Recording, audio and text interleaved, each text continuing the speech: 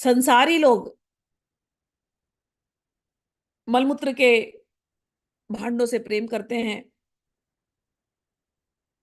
और झूठ मूठ का उनको एक अहंकार होता है, एक अभिमान होता है कि भैया ये हमारे हैं, पति पत्नी बच्चे, उनसे प्रेम करते हैं।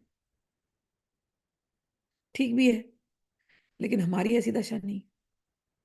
हम तो आपको प्रेम करती हैं, आप जो सच्चिदानंद मैं घन हूं। हमारा मान सम्मान, हमारा मस्तक तो आज तक इसलिए उठा था क्योंकि आप हमारे हो। आज वो मस्तक, आज हमारे उस प्रेम को आपने ठुकरा दिया।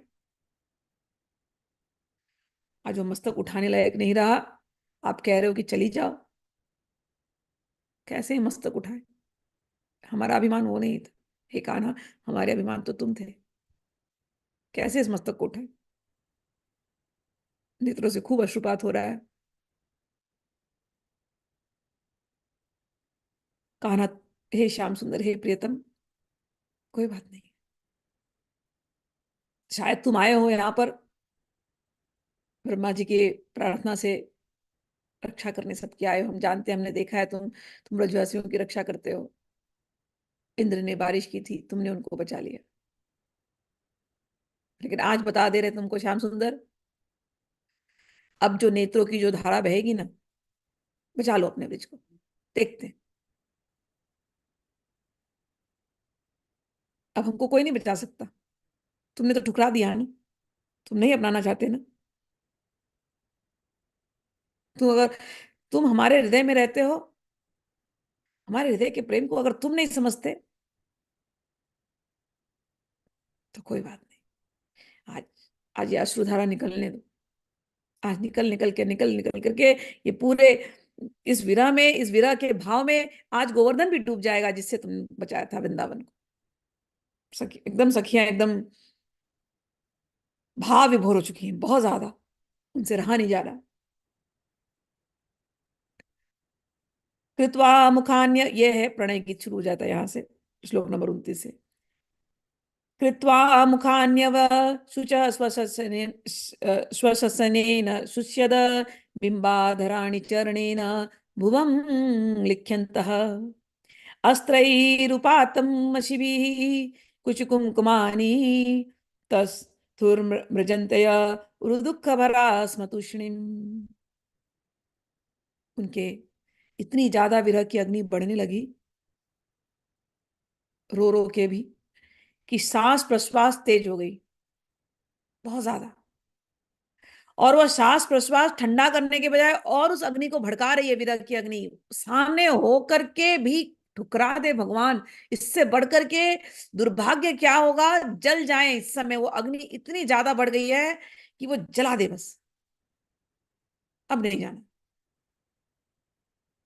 उनके हृदय का दुख इतना भर गया कि वो कुछ बोल ना सकी, चुपचाप खड़ी रह गई। गोपियों ने अपने प्यारे श्याम सुंदर के लिए सारी कामनाएं, सारे भोग छोड़ दिए थे। इतना लांछन लेने को तैयार हो गई कि लोग ताने मारेंगे, मारे, हम तो तुम्हारे। श्री कृष्ण में उनका अनन्य अनुराग, परम प्रेम था।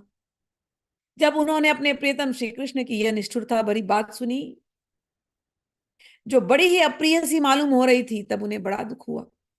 आंखें रोते रोते लाल हो गई, आंसुओं के मारे रूंध गई।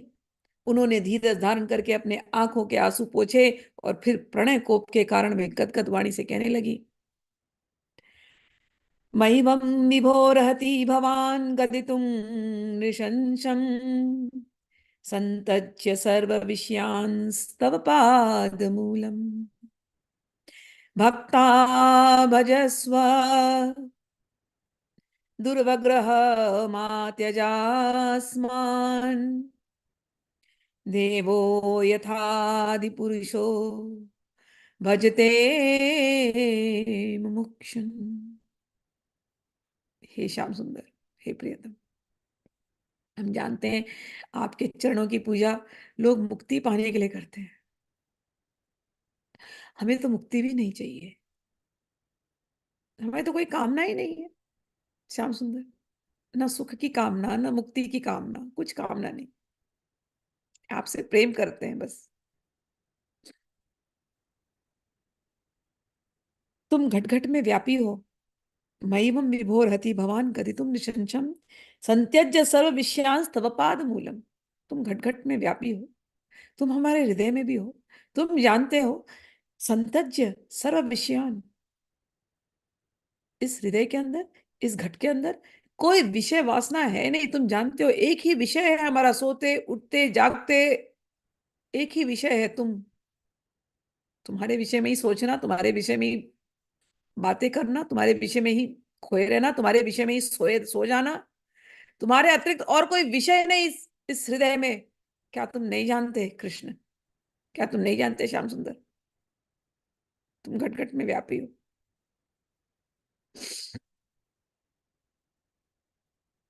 तुम मधुर, लोग तुमको मधुर मधुर कहते हैं। तुम मनोहर हो, इतने मीठे हो। अधरम मधुरम वचनम वदनम मधुरम, सब कुछ मधुर है तुम्हारे। तो इस मधुर मुख से ये विष भरी बातें क्यों कर रहे हो? ये तुम्हें शोभा नहीं देता श्याम सुंदर। हमारी तो जो दशा दशा है ही, अगर हम मर जाएंगे ना, तो लोग तुम्हें ही ताने देंगे। हम नहीं चाहते कि कोई तुम्हें ताने दे। हम सब छोड़कर केवल तुम्हारे चरणों में ही प्रेम करती हैं और कुछ नहीं चाहती, इसमें संदेह नहीं है। हम जानते हैं कि तुम स्वतंत्र हो, और इतना ही नहीं, तुम हठीले हो। हमारा तुम पर कोई वश नहीं है, फिर भी तुम अपने ओर से, जैसे आदि पुरुष भगवान नारायण कृपा करके अपने मुमुक्षु भक्तों से प्रेम करते हैं, हमें स्वीकार कर लो। बस हमारा त्याग मत करो। यत्पत्यम यत्पत्य पत्य सुरादम अनुवृत्तिरंगः स्त्रीणाम स्वधर्मम इति धर्मविदा त्वयोक्तम अस्त्वेम एतत् उपदेश पदे त्वयीशे प्रेष्ठो भवांस्तनुभृताम किल बंधुरात्मा। गीता में भगवान एक बात कहते हैं, जो भगवान के चरणों में आ गया, तेषाम अहम समुद्धरता, मैं उनका उद्धार करने वाला हूं। मृत्यु संसार सागरात, इस मृत्यु संसार सागर से मैं उनका उद्धार करता हूं। भवामी अचिरात पार्थम मैया वेशित चेतसाम, जिसकी चेतना मुझसे जुड़ी हुई है, उसको मैं बचा लेता हूँ। तो आज गोपियों की तो सब कुछ, सब चेष्टा चेतना सब कुछ श्री कृष्ण से जुड़ा हुआ है। तो आज श्री कृष्ण ऐसा क्यों कर रहे हैं? हे श्याम सुंदर, क्यों? तुम सब धर्मों का रहस्य जानते हो। तुमने बहुत पति धर्म का हमको बात कही ना, अब आप एक शब्द मत बोलिए। अब आप एक शब्द मत बोलिए, चुप रहिए, हमें बोलने दीजिए। क्या बोलना चाहती हो सखियों, बोलो।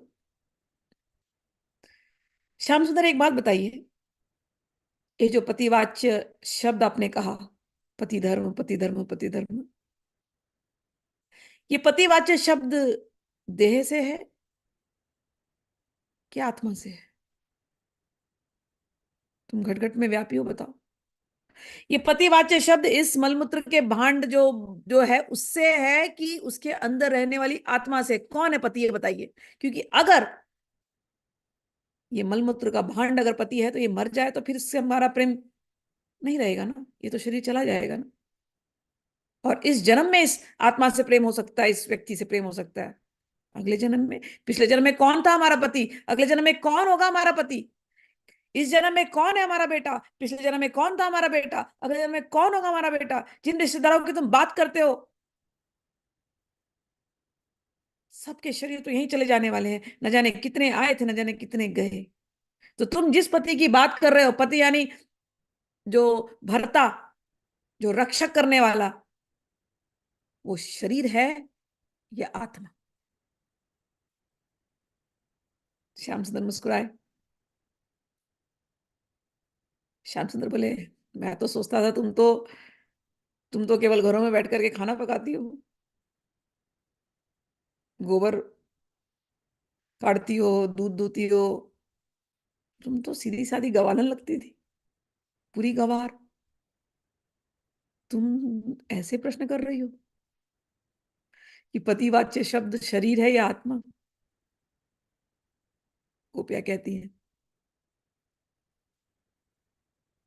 तुम ही इस शरीर में बैठे हो, तुम ही इस आत्मा में हो, तुम ही बात कर रहे हो।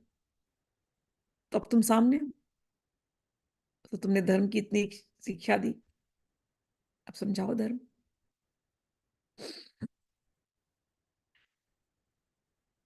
आह, तुम सब धर्मों का रहस्य जानते हो। तुम्हारा यह कहना कि अपने पुत्र, पति और भाई बंधुओं की सेवा करना ही स्त्रियों का स्वधर्म है, अक्षरशः ठीक है। परंतु इस उपदेश के अनुसार तो हमें आपकी ही सेवा करनी चाहिए, क्योंकि सभी उपदेशों का परम लक्ष्य, हे प्रियतम, तो साक्षात भगवान है। तुम ही समस्त शरीरधारियों के सुहृत हो, आत्मा हो और परम प्रियतम। आत्मगुण, आत्मज्ञान में निपुण महापुरुष तुमसे ही प्रेम करते हैं, क्योंकि तुम नित्य प्रिय एवं अपने ही आत्मा हो। कुर्वन्ति ही त्वयि कुर्वन्ति ही त्वयि रतिम कुशला स्व आत्मन नित्य प्रिय पति सुतादि दैहिकीं तन्नः प्रसीद परमेश्वर स्मा स्म छिन्दया आशां मृतां त्वयि चिरार्थ अरविंद नेत्र। हे अरविंद नेत्र, लोग तुमको ही पूजते हैं, तुम सबकी आत्मा हो, तुम सबको बचाते हो। हम आपसे एक ही बात कहते हैं, संसार को तो बाद में बचाना, हम तुम्हारे सामने हैं, अभी मर जाएंगे, हमें आप अभी बचा लीजिए। लोग क्या क्या नहीं करते आपको ध्यान करने के लिए। आप तो हमको रात दिन देखते हो, हमारी हर चेष्टा आपको प्रसन्न करने के लिए। हे परमेश्वर, आप हम पर प्रसन्न हो जाओ, कृपा करो। हे कमल नयन, चिरकाल से तुम्हारे प्रति पाली पोसी आशा अभिलाषा की लहलाती लता का छेदन मत करो। हे मनमोहन, आज तक तो कैसे भी मन को लगा रही थी घरों में, लगा रही थी बस, लेकिन अब इस क्षण के बाद ये मन कहाँ रहा, कहाँ रहा। ये मन तो पहले से ही तुम्हारा था, फिर भी लगा रही थी। इस क्षण के बाद तो मन भी नहीं रहा, और आप तुम ठुकरा दोगे तो कुछ भी नहीं रहेगा। अब नहीं जाएंगी, तुमको जो करना है कर लो, अब नहीं जाएंगे। चित्तम सुखेन भवता प्रहितं गिरे गृहेषु यन्निवि यन्निवीर्षत्युत करावपि गृहकृत्यये पादौ पदं न चलस्तव पादमूलात् यामं कथं व्रजं मथो करवाम किं वा। मनमोहन, अब तक हमारा चित्त घर के काम धंधों में लगता था, परंतु तुमने हमारे देखते देखते हमारा वह चित्त लूट लिया है। इसमें इसमें तुम्हें कोई कठिनाई कठिनाई भी नहीं उठानी पड़ेगी, तुम तो सुख स्वरूप हो ना। परंतु अब तो हमारी गतिमति निराली हो गई है, हमारे ये पैर तुम्हारे चरण कमलों को छोड़ करके एक पग भी हटने को तैयार नहीं है, नहीं हट रहे हैं। अब हम ब्रज में कैसे जाएं? और यदि वहां जाए भी तो क्या करेंगे? अब तक तो एक आशा थी, कात्यायनी की पूजा करी और आपने बोला था कि इच्छा पूरी करेंगे, उस आशा में जी रहे थे। आज आपने उस आशा को ही चूर कर दिया। आप अब कहाँ जाए? अब कोई आशा नहीं तो जीवन क्या करेंगे, कहाँ जाएंगे? प्राण वल्लभ, हमारे प्यारे सखा, आपके चरणों के अतिरिक्त हमें कुछ और अच्छा ही नहीं लगता। हम आपसे बता तो नहीं क्यों? हे सखियों, क्यों इतना प्रेम करती हो मुझसे? मत करो, जाओ। नहीं, श्याम सुंदर कैसे हो सकता है? हाँ, हे श्याम सुंदर, सिंचांग सिंचांगम नस्त्वदधरामृत पूरकेण हासावलोक कलगीत जृच्छयाग्निम नो चेद वयम विरहा जाग्ञान उपयुक्त देहा ध्यानेन याम पदयोः पदवीं सखेते।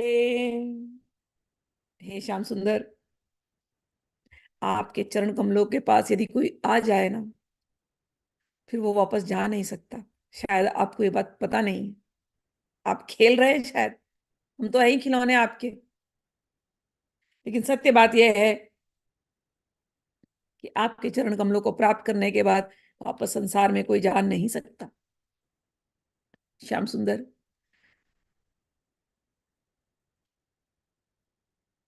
तुम्हारी मंद मंद मधुर मुस्कान, प्रेम भरी चितवन और मनोहर संगीत ने हमारे हृदय में तुम्हारे प्रेम और मिलन की आग धधका दी है। अब इस धधक को आप शांत करो। ये विरह का ज्वर हमको लग चुका है, ये प्रेम का रोग लग चुका है। अब ये पीड़ा हमको सता रही है, और ये पीड़ा का दवा, औषधि देने वाले केवल आप ही हो। मीरा की पीर तभी मिलेगी जब वैद्य सवरिया हो। हे सावरिया, तुम ही वैद्य हो। अब इस पीड़ा को दूर करो। कैसे पीड़ा दूर होगी? हे श्याम सुंदर, अपने अधरासव को दो। ये कड़वी कड़वी बात मत कहो। तुम मीठी मीठी बात बोल सकते हो हमसे। बस मीठी मीठी बात कर दो हमसे, प्यार से हमसे बात कर दो। दो बोल बस, हमसे मीठी मीठी बात कर लो। अपने थोड़ा हंस दो, थोड़ा प्यार से हमको देख लो। हासा अवलोक कल गीत, तुम हंस लो, थोड़ा प्यार से बात कर लो, केवल ये मुरली ही बजा दो। बस इतना ही अमृत दे दो। इससे हमारे अंदर की आग को, हमारी अंदर की जो आग इस समय लगी हुई है, दर्द की, दुख की, प्रेम की, सब प्रकार की जो जला रही है हमको, उसको उससे ठंडक मिल जाएगी हमको। और नहीं तो प्रियतम, अगर तुमने हंसा नहीं, तुमने बोला नहीं, तुमने हमको ऐसे ही अगर किया, तो हमारा सच कह रही हैं तुमसे, तुम्हारी विरह विरह की व्यथा की आग से हम अपने शरीर को आज जला देंगी। और ध्यान के द्वारा, तुम ऐसे तो नहीं मिलोगे ना, तो ध्यान केवल आपके चरण कमलों में रखेंगी, और ध्यान के द्वारा तुम्हारे चरण कमलों को प्राप्त कर लेंगी। हे प्यारे कमल नयन, तुम वनवासियों के प्यारे हो, और वे भी तुमसे प्रेम करते हैं।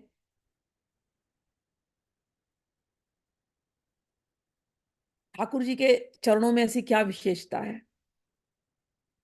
तो कहती हैं, वो कह रही ना कि मैं जल जाऊंगी आपके चरणों का ध्यान करते। कहते मेरे चरणों में ऐसी क्या विशेषता है जो तुम इतना ध्यान करना चाहती हो? तो कह रही मैं, हम गोपियां क्या कहें, ये वन के पत्ती पत्ती, इस सब का ध्यान केवल आपके ऊपर है। ये वृंदावन के बारे में तो आप जानते ही हो। ये वृंदा पूछती थी जलंधर को, आप आए, और वो प्रेम ऐसा अमर प्रेम है कि आप शालिग्राम है और वो वृंदा। तो आप हमसे क्या पूछ रहे हो? यरहं मुजाक्षतव पादतलं रमाया तत्क्षणं क्वचिदरण्य जन प्रियस्य। तुलसी जी भी आपके चरणों में आ गई। ऐसी तुलसी जी आपके चरणों में आई कि लक्ष्मी जी जो आपके वक्षस्थल में रहती थी, उनको लगा है, तुलसी को तो भगवान छोड़ते ही नहीं। लक्ष्मी जी वक्षस्थल से उतर के चरणों में आपके आ गई। जब पत्ती पत्ती आपको प्रेम करती है, तो हम तो जीते जागते ऊपर से स्त्रियां हैं, हमारा दिल तो नरम है ही, प्रेम तो हमको ही आता है, भावना तो हमारे पास ही है। अस्प्राक्ष्म तत्र प्रवृत्ति नान्य समक्ष मंगम स्थातुम त्वया विरमिता बत पारयामः। तुम हमें स्वीकार करके आनंदित किया, उस दिन से हम और किसी के सामने एक क्षण के लिए भी ठहरने के लिए असमर्थ हो गई हैं।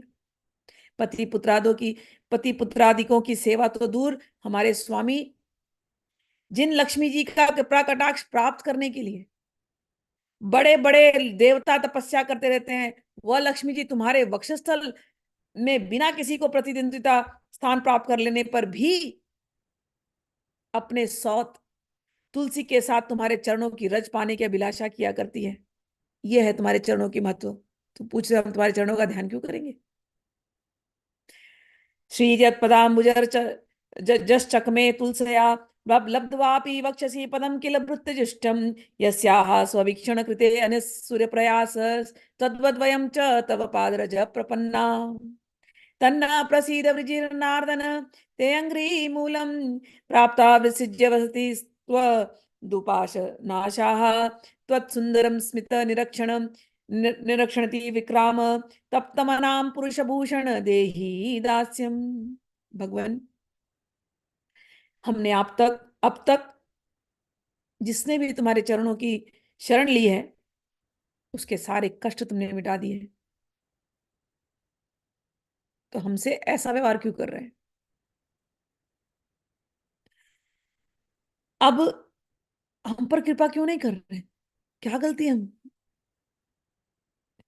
हमें भी तो अपने प्रसाद का भोजन बनाओ, भाजन बनाओ। हम तुम्हारी सेवा करने की अभिलाषा से घर गांव कुटुंब सब कुछ छोड़ करके तुम्हारे युगल चरणों की शरण में आई हैं प्रियतम। वहां तो हमारी आराधना के लिए अवकाश ही नहीं है। पुरुष भूषण पुरुषोत्तम, तुम्हारी मधुर मुस्कान और चारु चितवन ने हमारे हृदय में प्रेम मिलन की आकांक्षा की आग धधका दी है। हमारा रोम रोम जल रहा है। तुम हमें अपने दासी के रूप में स्वीकार कर लो, कुछ नहीं मांग रहे, दासी बना लो अपनी बस। हमें अपनी सेवा का अवसर दो प्रियतम। तुम्हारा सुंदर मुख कमल वीक्षालकावृत मुखम तव कुंडल श्री गंडस्थलाधर सुधम हसितावलोकम दत्ताभयं च भुज दंडयुगम विलोक्य वक्ष श्रिये कर्मणम च भवाम दास्यः। हे प्रियतम, आपके जो सुंदर मुख कमल है, जिन पर ये सुंदर अलकावली, तुम्हारे ये कमनीय कपोल, जिन पर सुंदर सुंदर कुंडल अपना अनंत सौंदर्य बिखेर रहे हैं, तुम्हारे ये मधुर अधर जिनकी सुधा सुधा को भी लजाने वाली है, तुम्हारी ये नयन मनोहारी चितवन जो मंद मंद मुस्कान से उल्लसित हो रही है, तुम्हारी ये दोनों भुजाएं जो शरणागतों को अभयदान देने में अत्यंत उदार है। कम से कम उस बात का तो याद, उस बात का स्मरण करो। तुम शरणागत को अभय देते हो, हम तुम्हारे शरणागत हैं, बस दासी बना लो अपना। तुम्हारा वह वक्षस्थल जो लक्ष्मी जी का जो लक्ष्मी जी का सौंदर्य की एकमात्र देवी का क्रीड़ा स्थल है, ये सब देख करके हम तुम्हारी दासी हो गई। प्यारे श्याम सुंदर, तीनों लोकों में भी और ऐसी कौन सी स्त्री है, मुझे आप बताइए, कि आपको देख करके मोहित ना होगी। आप हैं ही ऐसे, इतने सुंदर, सब कुछ आपका ऐसा मधुर है। कास्त्रंगते कल्पाद पादयत मूर्छितेन सम्मोहिता अर्चितान्न चले त्रिलोक्या त्रैलोक्य सौभगमिदं च निरीक्ष्य रूपम यद्गोद्विजम ध्रुव मृगाः पुलकान्य बिभ्रन। हे श्याम सुंदर, आप हैं ही ऐसे, कौन सी ऐसी स्त्री है जो आपको देख करके मुग्ध नहीं होगी? और आपकी वंशी की तान सुनकर तथा इस त्रिलोक सुंदर मोहिनी मूर्ति को जो अपने एक बूंद सौंदर्य से त्रिलोकी के सौंदर्य का दान करती है, एवं जिसे देख करके गौ पक्षी वृक्ष और हरिण भी रोमांचित पुलकित हो जाते हैं, कैसे हम आपकी वंशी की धुन और आपको देख करके मुग्ध नहीं होंगे। सभी अमर्यादित हो जा रहे हैं आपको देख करके, तो हमसे अगर ऐसा हो गया तो कौन सा बड़ा अपराध हो गया। कौन है ऐसा जो आपको निहार करके इस संसार के मर्यादाओं से विचलित ना हो। कौन है ऐसा, मर्यादा से विचलित ना हो और कुल कान और लोक लज्जा का त्याग करके तुम्हारे में अनुरक्त ना हो जाए। होगा कोई संसारी जो तुम्हारे में अनुरक्त ना हो। हम संसारी नहीं, हम तुम्हारे हैं। व्यक्त्यक्तम व्यक्तम भगवान व्रज भयार्ति हरो अभिजातो देवो यथादि पुरुष सुरलोक गोप्ता तन्नो निदेहि कर पंकज मातर्बंधो तपस्तनेषु च शिरससु च किंकरीणाम। हे हे गोविंद, हमसे यह बात छिपी नहीं है कि जैसे भगवान नारायण देवताओं की रक्षा करते हैं, वैसे ही तुम ब्रजमंडल में प्रकट हुए हो और भय और दुख को मिटाने के लिए ब्रजवासियों की। और यह भी स्पष्ट है कि तुमको दीन और दुखियों पे बड़ा प्रेम है। हम जानते हैं ये बात को। इस समय हमसे बड़ा दुखी कोई नहीं है। केवल आपकी मिलन के अभिलाषा से आई है, दिख नहीं रहा है आपको। तुम्हारे मिलन की आकांक्षा के आग से हमारा वक्षस्थल जल रहा है। तुम अपनी इन दासियों के वक्षस्थल और सिर पर अपने कोमल कर कमल रख करके इन्हें अपना लो, जीवन दान दो। इतना ही मांग रही हैं आपसे। इस प्रकार से ये प्रणय गीत में अपने भावों को उन्होंने व्यक्त किया। ये भाव जो गोपियों का है, भगवान कहते हैं ना, सर्वधर्मान् परित्यज्य माम एकम शरणम व्रज अहम त्वम सर्व पापेभ्यो मोक्षयिष्यामि मा शुचः। ये स्त्रियां इतनी सीधी सादी, इतने ज्यादा प्रेम में है, कह रही है कि हमने सब धर्मों को त्याग दिया। तुमने कहा इसलिए हमने त्याग दिया। तुम कह रहे हो मैं पाप लगेगा, लग जाने दो। मर जाना ठीक, लेकिन वापस तुम कह रहे हो तुम्हारे चरण कमलों में आकर के मैं संसार में चली जाऊं। संभव नहीं है, संभव नहीं है। फिर तो हमने आपसे प्रेम ही नहीं किया। प्रेम ऐसा होता ही नहीं है कि हम वापस संसार में चले जाएं। हमारा प्रेम आपसे है। आप नहीं अपनाएंगे कोई बात नहीं, हम जल जाएंगे, लेकिन हम केवल आपसे प्रेम करते हैं। आपसे केवल कह सकते, निवेदन कर सकते कि हमें अपना लो, अपनी दासी बना लो। कुछ हम हमें नहीं चाहिए। हमारा कोई लौकिक पारलौकिक कोई स्वर्ग की इच्छा, कोई मुक्ति की इच्छा हमें है ही नहीं। बस आपके चरणों की दासी बनना चाहते हैं, इतनी ही। बस चरणों में आपका हमारा ध्यान रहे, इतनी ही हमारी इच्छा है, और कुछ इच्छा नहीं है। इन गोपियों में कुछ गोपियां ऐसी भी थी जो अपने घरों में ही थी। वो ध्यान रूप में आ गई थी, सूक्ष्म रूप में। सुखदेव जी कहते हैं, इति विक्लवितम तासाम श्रुत्वा योगेश्वरे योगेश्वरेश्वरः प्रससद्यं गोपीरात्मा रामोऽपि अरिरमत। परीक्षित, भगवान श्री कृष्ण सनकादि योगियों और शिवादि योगेश्वरों के भी ईश्वर हैं। यहाँ पर भगवान को कहा, सुखदेव ने जी कह रहे हैं कि ये योगेश्वर ईश्वर है। कि सनकादि सुखदेव जिनकी इंद्रियां इतनी शुद्ध हैं, उनके भी ये जो योग में हमेशा रहते हैं, ये योगेश्वर लोग हैं, उनके भी ईश्वर भगवान हैं। जब उन्होंने गोपियों की व्यथा और व्याकुलता से भरी वाणी सुनी, तब उनका हृदय दया से भर गया। हालांकि वो तो आत्माराम है, अपनी ही आत्मा में रमण करने वाले। आत्माराम का अर्थ है जो राधा रानी में रमण करते हैं। मैंने आप लोगों का आत्मा तू तस्य राधिका तयैव रमणादसो, कि भगवान की आत्मा राधा रानी है, उन्हीं के अंदर वो रमण करते हैं। आत्मा आराम तया प्राज्ञ ही उच्चते गूढ़ वेदी भी। जो वेदी भी होते हैं वो जानते हैं कि आत्माराम यानी श्री कृष्ण। लेकिन क्यों कहा जाता है उनको आत्माराम? क्योंकि राधा रानी उनकी आत्मा है और उन्हीं अपने आत्मा में वे रमण करते हैं। इसलिए ऐसे भगवान जो राधा रानी के अंदर रमण करते हैं, वो गोपियों की व्यथा को जान रहे हैं, समझ रहे हैं। और बड़े प्यार से फिर उन्होंने, उनको दया आ गई तो बड़े प्यार से उन्होंने बात किया। ये तो भगवान मुस्कुराए कि मैं तो तुम्हारे लोगों के साथ मजाक कर रहा था। लेकिन जब प्यार होता है ना, तो ऐसा मजाक भी अच्छा नहीं लगता। भगवान मुस्कुरा करके गए, जानता हूं मैं तुम्हारे प्रेम को। गोपीर आत्मा रामो अपि अरि रमत। जब उन्होंने गोपियों की व्यथा और व्याकुलता से भरी वाणी सुनी, तब उनका हृदय दया से भर गया।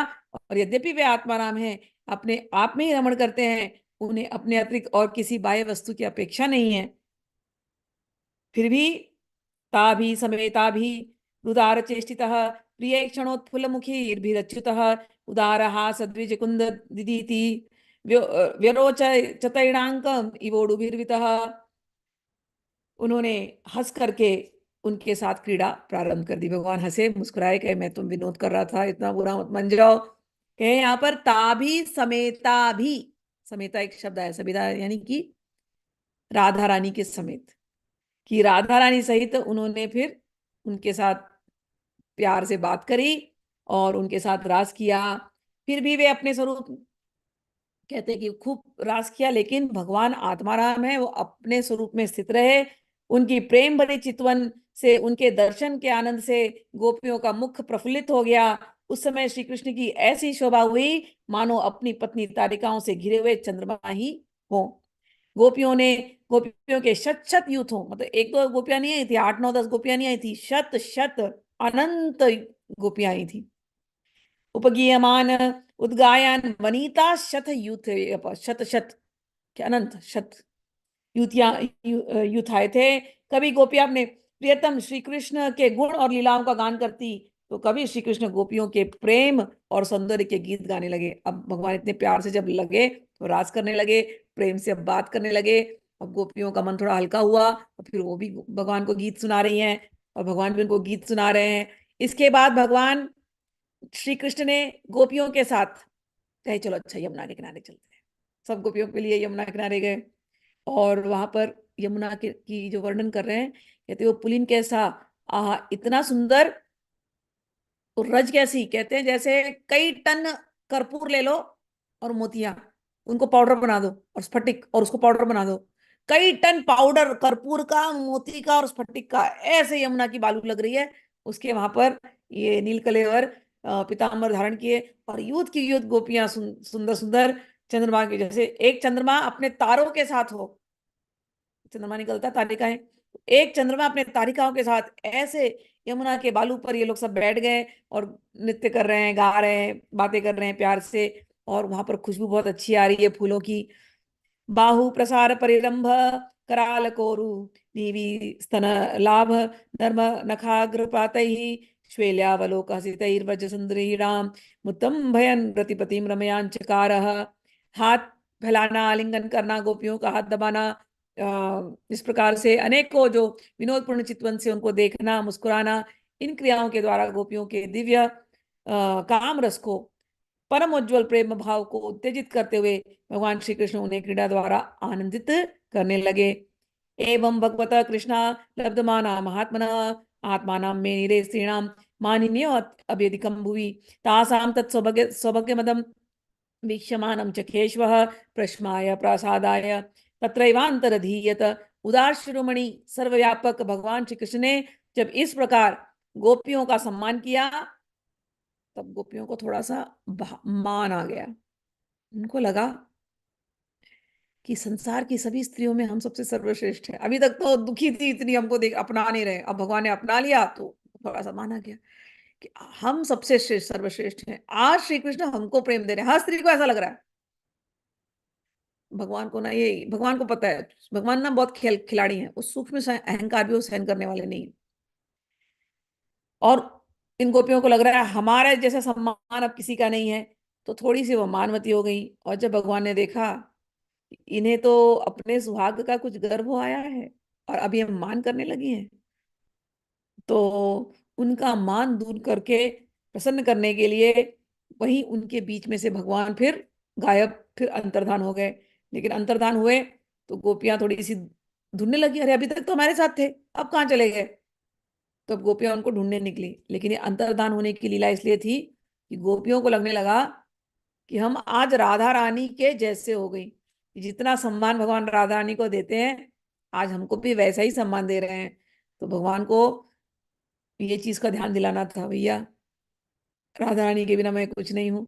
राधा रानी की श्रेष्ठता, राधा रानी के मन राधा रानी के साथ रमण करने वाला मैं हूं, तो यदि किसी को मुझसे प्रेम करना है, मैं उतना प्यार देता हूँ, लेकिन जो प्रेम होना चाहिए वो युगल का हमेशा होना चाहिए, राधा कृष्ण, राधा रमण, राधा वल्लभ, ऐसा होता है।